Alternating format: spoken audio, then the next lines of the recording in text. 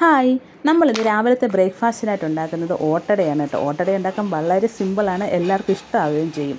അതിനാവശ്യത്തിനുള്ള ഗോതമ്പൊടി എടുക്കുക, ഒരു ടീസ്പൂൺ ജീരകം എടുക്കുക, പിന്നെ ആവശ്യത്തിനുള്ള ഉപ്പ്, ആവശ്യത്തിന് വെള്ളം ഒഴിച്ച ശേഷം നന്നായിട്ട് നമ്മൾ കുഴയ്ക്കണം. ഒരുപാട് വെള്ളമായി പോവാതെ നമ്മൾ ശ്രദ്ധിക്കണം.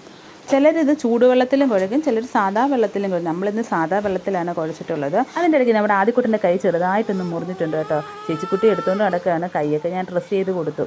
നമ്മളിതാ മാവ് കുഴയ്ക്കുമ്പോൾ ഈ ഒരു കൺസിസ്റ്റൻസിയിലാണ് നമുക്ക് കിട്ടേണ്ടത്.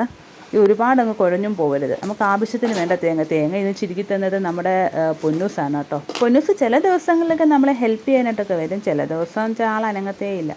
അപ്പം നമ്മൾ ശർക്കരയാണ് എടുത്തിട്ടുള്ളത്. ശർക്കര ഇതേപോലെ തന്നെ ചീകിയാണ് എടുക്കുന്നത്. ഓരോരുത്തരും ഓരോ രീതിയിലാണ് എടുക്കുന്നത്. ഇതിൻ്റെ കൂടെ നമ്മൾ ഒരു നുള്ളി ജീരകം കൂടെ ഇടുന്നുണ്ട്. നമ്മൾ വാഴയിലയിലാണ് ഉണ്ടാക്കുന്നത്, ഇതാണല്ലോ അതിൻ്റെ സ്പെഷ്യൽ എന്ന് പറയുന്നത്. മാവ് നമ്മൾ എല്ലാ വാഴയിലയിലും കൂടെ ഇതുപോലെ നല്ലോണം പരത്തിയെടുക്കണം. പരത്തിയെടുക്കുമ്പോൾ നമ്മൾ ആവശ്യത്തിനുള്ള വെള്ളം കൂടെ സൈഡിൽ കരുതിയേക്കണം, കാരണം പരത്താൻ ആവശ്യത്തിനുള്ള വെള്ളം കൂടെ വേണം. അങ്ങനെ നമ്മൾ 4 വാഴയിലയാണ് എടുത്തിട്ടുള്ളത്. വാഴയിലയിലെല്ലാം നമ്മൾ ഇതേപോലെ നമ്മൾ നന്നായിട്ട് പരത്തി കൊടുക്കണം.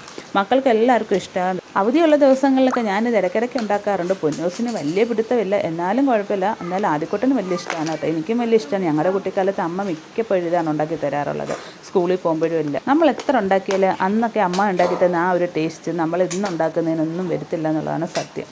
തേങ്ങ നമ്മൾ ഇതേപോലെ കുഴച്ചെടുത്ത ശേഷം എല്ലായിടത്തും നമ്മൾ ഇതേപോലെ ഒന്ന് ഫില്ല് ചെയ്ത് കൊടുക്കണം. ഇത് നമ്മൾ ഇല വെച്ചും ചെയ്യാറുണ്ട്, ചിലർ നമ്മൾ ഇല ഇല്ലാതെയും ചെയ്യാറുണ്ട്. പക്ഷേ ഇല വെച്ച് ചെയ്യുന്നതിൻ്റെ ടേസ്റ്റ് വേറെ തന്നെയാണല്ലേ.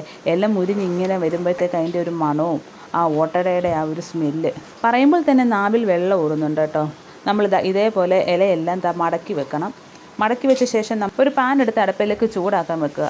അപ്പോൾ ചൂടായ ശേഷം ചെറുതായിട്ട് എണ്ണ നമ്മൾ തൂത്ത് കൊടുക്കണം കേട്ടോ. എണ്ണ തൂത്ത ശേഷം ഓരോന്നായിട്ട് ഇങ്ങനെ വെച്ച് കൊടുക്കുക. മീഡിയം ഫ്ലെയിമിൽ തീ ഉണ്ടാകാൻ പാടില്ല. ഒരുപാട് കൂട്ടിയിട്ട് കഴിഞ്ഞാൽ ചിലപ്പം കരിഞ്ഞു പോവും.